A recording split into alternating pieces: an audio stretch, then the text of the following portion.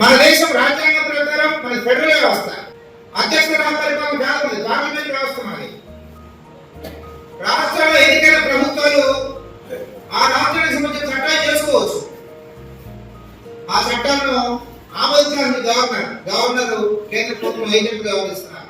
కేరళ, తమిళనాడు, తెలంగాణ, పశ్చిమ బెంగాల్, చాలా రాష్ట్రాలు, ప్రతిపక్ష పాలిత రాష్ట్రాల్లో ఉండే గవర్నర్లు అందరూ రాష్ట్ర శాసనసభలో చర్చించి ఆమోదించినటువంటి ఆ చట్టాలను సంతకం చేయకుండా నెలల తరబడి, ఏళ్ల తరబడి పెండింగ్ పెడుతున్నారు.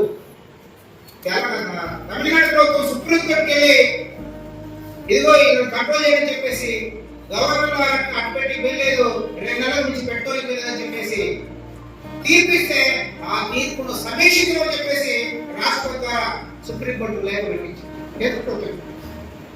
అంటే రాష్ట్రాలకు అణిచివేయడం,